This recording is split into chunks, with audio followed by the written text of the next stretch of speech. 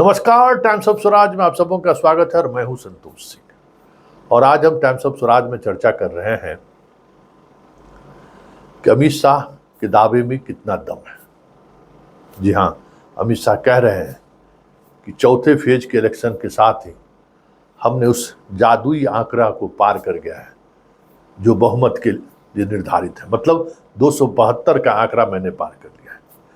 अगर वाकई में ये स्थिति है तो आप कह सकते हैं कि 2019 से भी ये बड़ी लहर देश में चल रही है, जिसके सहारे 272 पार करने का दावा अमित शाह कर रहे हैं।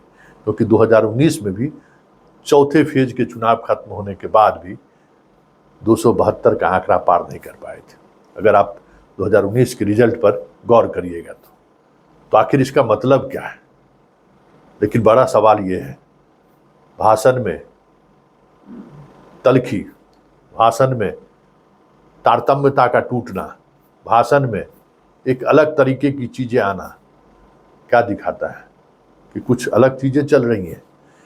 क्या है वो अलग बातें जिसको लेकर अलग अलग तरीके से लोग अनुमान लगा रहे हैं कि आखिर देश का मिजाज क्या है, देश का मूड क्या है, देश की धड़कन क्या है। तो चलिए आज हम बात करते हैं वरिष्ठ पत्रकार दीपक शर्मा जी से। क्या है धड़कन, क्या मिजाज है देश का, जरा उन्हीं से समझने की कोशिश करते हैं। क्योंकि बहुत सारी चीज़ें ऐसी चल रही हैं जो कहीं न कहीं संकेत दे रहा है कि सब कुछ ठीक ठाक एनडीए के अंदर नहीं, बीजेपी के अंदर है। और ऐसे में उनके दावे का मतलब क्या है, जरा समझते हैं दीपक शर्मा जी से। 24 के लोकसभा चुनाव में बहुत सारी चीज़ें हर फेज के बाद चीज़ें बदल रही हैं। क्या लगता है, क्या होने वाला है, क्या उम्मीद की जा सकती है? देखिए, अभी क्या है संतोष जी कि एक तरफ अगर हम देखें एनडीए देखें और दूसरी तरफ हम इंडिया देखें तो एनडीए कह रहा है 400 पार और इंडिया कह रही है कि कम से कम हमारी सरकार बन रही है। अब ये जो एक दो तरह का वर्जन आ रहा है, कुछ लोग कह रहे हैं कि बीजेपी 220 और कुछ लोग कह रहे हैं कि बीजेपी 320। तो ये जो 320 है और 220 है, ये जो 100 का गैप है, इसको लेकर थोड़ा सा कन्फ्यूजन है। वैसे आपको क्या लगता है, आप लगातार लोगों से बात कर रहे हैं, बहुत सारी चीज़ें जैसे अमित शाह का बॉडी लैंग्वेज, भाषण में जो बदलाव हो रहा है, अब उस जिस तरीके से मंगलसूत्र बहस अब सीधे सीधे तौर पे भारत पाकिस्तान पे आ गए। आज भी मोदी का भाषण उसी अंदाज में है। जो कॉमनल पुट है उसको बराबर वो चाह रहे हैं वो हिट, लेकिन वो हिट नहीं हो रहा है। देखिए, मोदी जी कंफ्यूज तो लगते हैं, ये तो बात सही है।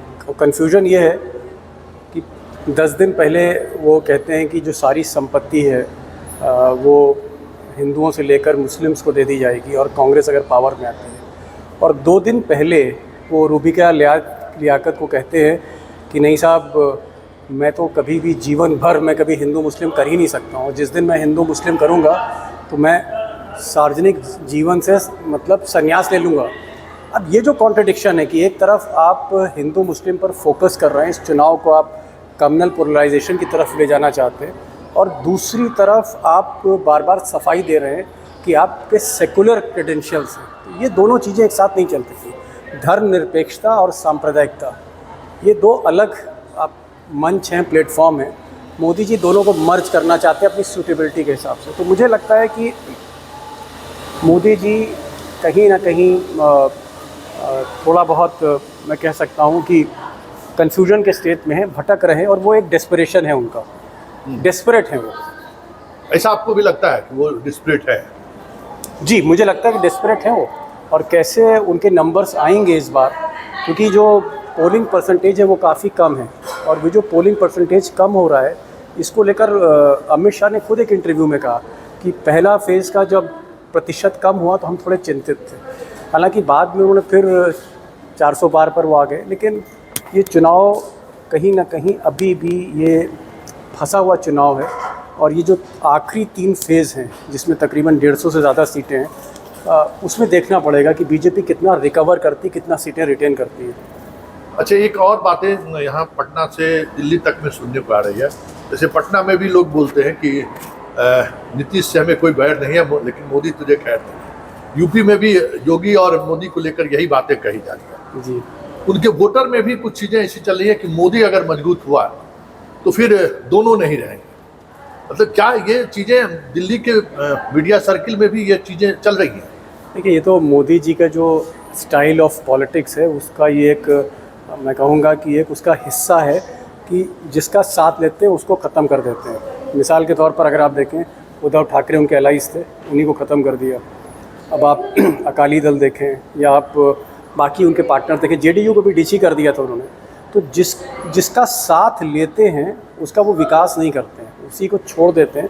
और जहाँ तक मुख्यमंत्रियों की बात है, आप चाहे शिवराज सिंह चौहान को देखें, राजस्थान में वसुंधरा राजे को देखें, छत्तीसगढ़ में रमन सिंह को देखें, कर्नाटक में येदियुरप्पा को देखें, या फिर मनोहर लाल खट्टर जो मोदी जी के साथ खुद काम करते थे प्रचारक के तौर पे, उनको भी उन्होंने डिच किया। अगर आप गुजरात जाते हैं तो गुजरात में तो विजय रूपानी की सारी कैबिनेट ही बदल दी, मुख्यमंत्री नहीं बदला।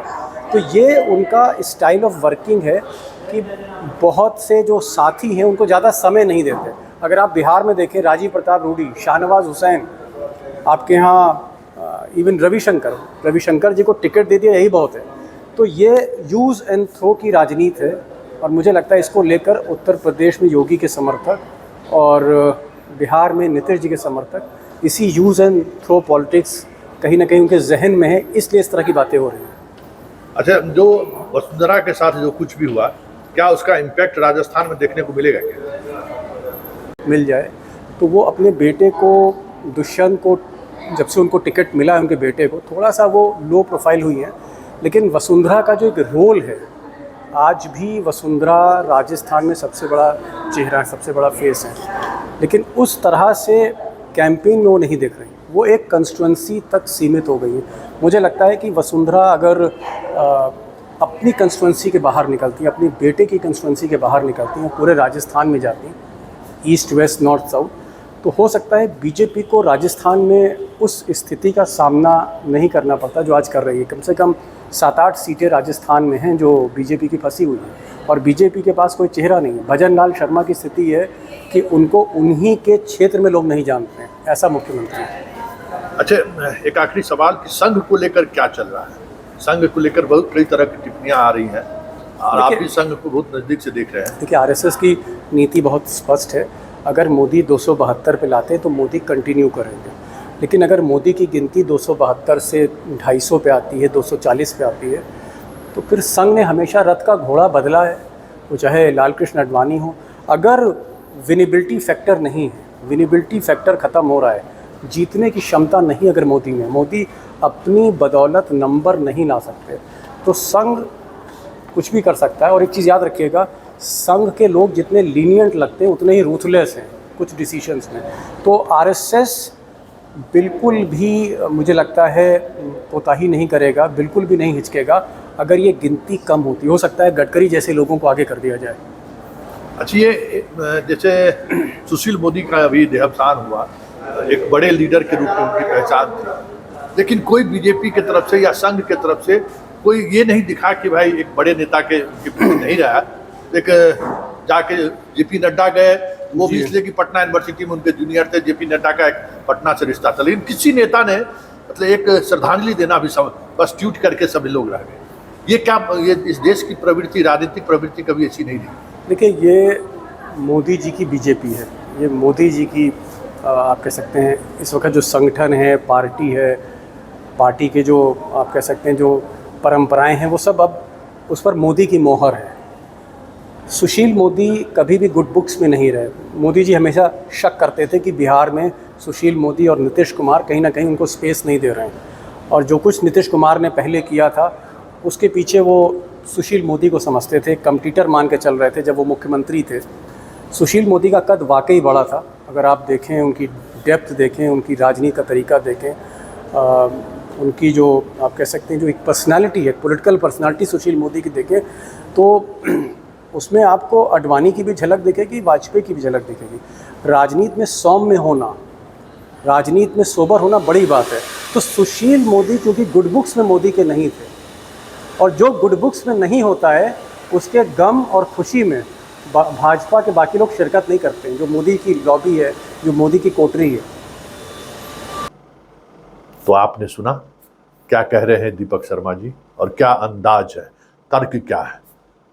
तो सबसे जो बातें, महत्वपूर्ण बातें सामने आई, वो सामने ये आ रही हैं कि जो कुछ भी चल रहा है वो तो दिख रहा है, लेकिन जो अंदर खाने में चल रहा है, नीतीश का वोटर और योगी का वोटर जो नारे लगाने शुरू कर दिए हैं कि नीतीश से बैर नहीं, मोदी तेरा खैर नहीं, योगी से बैर नहीं, मोदी तेरा खैर नहीं, इसके पीछे की जो धारणा है वो इस बातचीत के दौरान सामने आई है कि वो ट्रैक रिकॉर्ड रहा है मोदी और शाह का कि किस तरीके से ये निपटाते हैं।